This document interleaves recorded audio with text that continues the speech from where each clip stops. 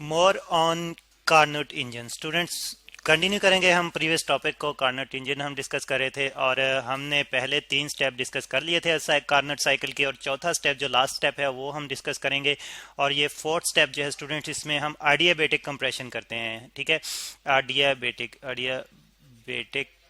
बेटिक compression, यानी कि gas को अब कंप्रेस करते हैं दोबारा से, लेकिन ये कंप्रेशन इस तरह से करते हैं कि हीट ना तो सिस्टम से निकल पाती है और ना सिस्टम में एंटर हो पाती है। हमने देखा था कि पिछली जो कंप्रेशन हमने की थी आइसोथर्मल कंप्रेशन थी, जिसमें कंप्रेशन की वजह से जो हीट प्रोड्यूस हो रही थी वो हमने बाहर निकाल दी थी ताकि टेम्परेचर जो है वो कांस्टेंट रहे, ताकि इंटरनल एनर्जी कांस्टेंट रहे। ठीक है, तो लेकिन अब आडियाबेटिकली कंप्रेस करेंगे, यानी कि जो सिस्टम अगर कंप्रेस कर रहे हैं और अगर हीट प्रोड्यूस हो रही है उस कंप्रेशन की वजह से, तो वो कंप्रेशन जो है वो हीट जो है वो हम सिस्टम से बाहर नहीं निकलने देंगे। ठीक है, यहाँ पे वही उसी तरह से हम यहाँ पे पिस्टन सिलेंडर पिस्टन सिस्टम जो है वो ले रहे हैं, और अब हम जो है वो इसको कंप्रेस करेंगे और हम कह रहे हैं कि हमारा जो इसका जो बेस है वो जो है वो इंसुल कंडक्टिंग है और बाकी साइडें जो है इंसुलेटर हैं। और यहाँ पे फिर हमारे पास जो एक पिस्टन है जिसके ऊपर हम प्रेशर अप्लाई करते हैं, मजीद इसको कंप्रेस कर रहे हैं। यहाँ पे हम जो है वो ये हमारा पिस्टन आ गया। ठीक है जी, और कंप्रेस कर रहे हैं गैस को। गैस मालिक्यूल्स भी रिप्रेजेंट कर लेते हैं। यहाँ पे हमारे पास गैस मालिक्यूल्स हैं कुछ, जिसको हम कंप्रेस कर रहे हैं। तो अब दोबारा से हम वर्क डन कर रहे हैं। अब इसकी वजह से जो है वो जो है वो हीट एनर्जी में, यानी कि हीट प्रोड्यूस होगी, क्योंकि प्रेशर इंक्रीज करेगा तो काइनेटिक एनर्जी बढ़ेगी, जिसकी वजह से जो है वो हीट प्रोड्यूस होगी। ठीक है, और फिर यहाँ पे अब हम दोबारा से उसी तरह से इंसुलेटिंग शीट जो है वो रख देते हैं, क्योंकि हम देखते हैं कि हमने कहा था कि जैसे कि डिस्कस किया था कि सिर्फ बॉटम जो है ये कंडक्टिंग है। तो इस कंडक्टिंग बॉटम को हम जो है वो एक इंसुलेटिंग शीट पे रख देते हैं, ताकि जो हीट एनर्जी प्रोड्यूस हो रही है कंप्रेशन की वजह से वो ना निकल पाए।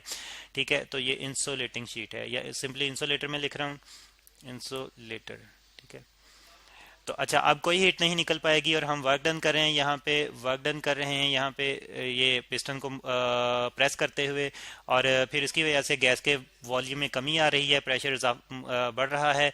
और फिर इस तरह से हम देखेंगे कि अब इसकी इंटरनल एनर्जी में, गैस की इंटरनल एनर्जी में इजाफा होगा। गैस की इंटरनल एनर्जी में जो क्योंकि हम हीट को नहीं निकलने दे रहे कंप्रेशन की वजह से, गैस की काइनेटिक एनर्जी बढ़ेगी और टेम्परेचर बढ़ेगा और इंटरनल एनर्जी बढ़ जाएगी। ठीक है, तो जो एक्चुअली जो हमने कंप्रेशन की है वो सिस्टम की इंटरनल एनर्जी में इजाफा कर देगी। अब सिस्टम की इंटरनल एनर्जी में चेंज आ जाएगा, और ये चेंज जो है एक्चुअली उतना ही आएगा जितना के जो था हमारे पास इनिशियल कंडीशन में था, यानी कि इनिशियल कंडीशन के मुताबिक जो है वो इंटरनल एनर्जी जो है वो आ जाएगी। या हम इसको ये भी कह सकते हैं कि ये इंटरनल एनर्जी में चेंज जो है ये क्या करेगा, टेम्परेचर बढ़ा देगा, क्योंकि इंटरनल एनर्जी बढ़ रही है तो टेम्परेचर बढ़ जाएगा सिस्टम का।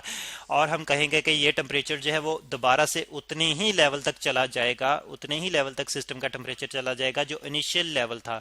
और इनिशियली हमने देखा था कि इनिशियल जो टेम्परेचर था वो T1 था। ठीक है जी, तो दोबारा से देखें कि हमने वर्क डन किया, आडियाबेटिक कंप्रेशन की, और इतनी कंप्रेशन की कि अब आडियाबेटिक कंप्रेशन में पहली बात तो यह है कि हीट बाहर नहीं निकलेगी। ठीक है, और फिर ये कंप्रेशन हमने इतनी करनी है कि इसकी इंटरनल एनर्जी में इतना इजाफा हो कि जो स्टार्ट में इस गैस के पास टेम्परेचर था वो उसी टेम्परेचर पे जो है वो दोबारा से आ जाए, यानी कि T1 पे।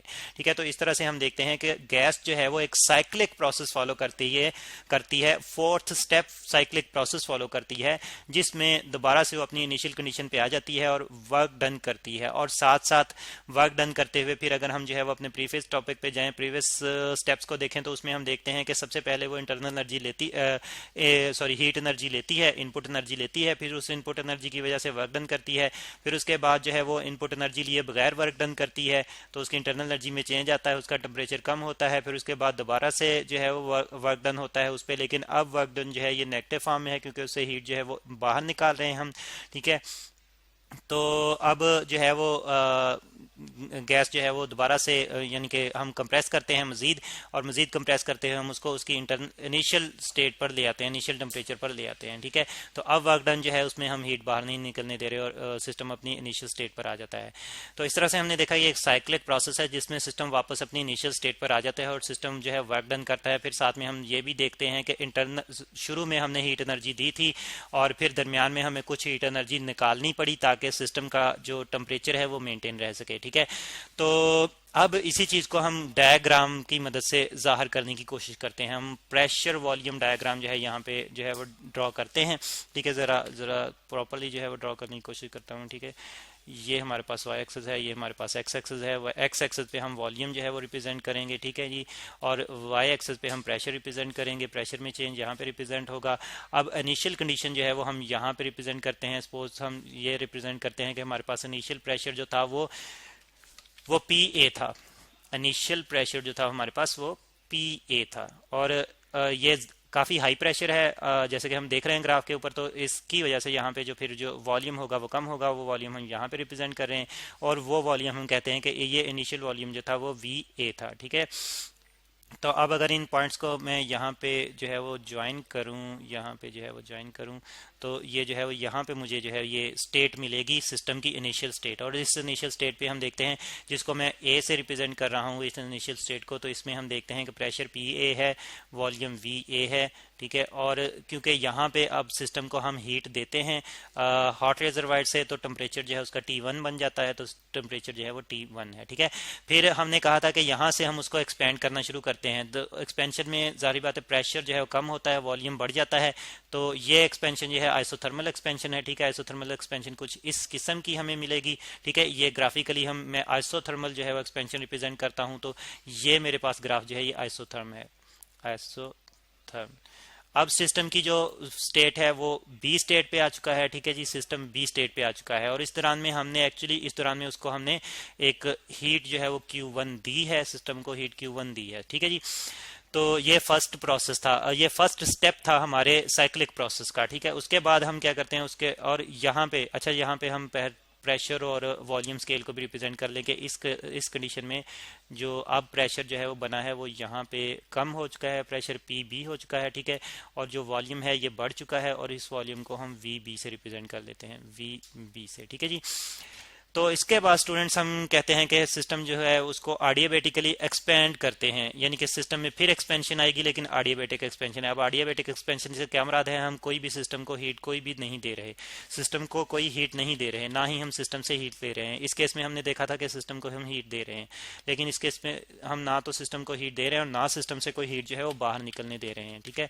और एक्सपेंशन हो रही है, और जाहिर बात है फिर सिस्टम जो है वो इसको अगर हम इनपुट एनर्जी नहीं दे रहे तो वो अपनी ही एनर्जी यूज करेगा, जो कि एक्चुअली उसके पास इंटरनल एनर्जी की फॉर्म में है। तो इस तरह से उसके इंटरनल एनर्जी में डिक्रीज आएगा तो उसका टेम्परेचर भी डिक्रीज हो जाएगा, ठीक है। अब सिस्टम एक नई स्टेट पे आ रहा है जो कि हमारे पास सी स्टेट है, ठीक है। और इस दौरान में उसका वॉल्यूम जो है थोड़ा मजीद बढ़ चुका है, क्योंकि ये भी एक्सपेंशन है। वॉल्यूम जो है वो वी सी है, और इस केस में प्रेशर जो है हम देखते हैं कि मजीद कम हो चुका है, जो कि एक्चुअली जो है अब पी सी है, ठीक है।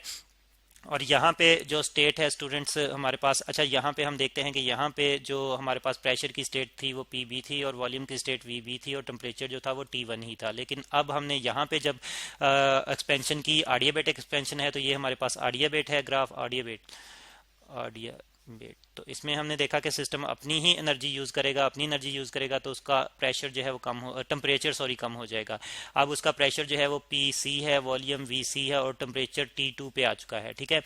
तो टेम्परेचर में कमी आ चुकी है। फिर इसके बाद स्टूडेंट्स हम दोबारा से, अब हम जो है दोबारा से कंप्रेस करेंगे तो वॉल्यूम में कमी आएगी, और उसका जो प्रेशर है वो बढ़ेगा, ठीक है, क्योंकि हम कंप्रेस कर रहे हैं तो प्रेशर जो है वो इंक्रीज होगा। तो ये कुछ इस किस्म का जो है वो ग्राफ बनेगा हमारे पास। और ये आइसोथर्मल एक्सपेंशन है, कंप्रेशन है। आइसोथर्मल कंप्रेशन से क्या मुराद है, जब हम कंप्रेस करते हैं स्टूडेंट्स, अच्छा इसको जरा प्रॉपर्ली ड्रॉ करने की कोशिश करते हैं।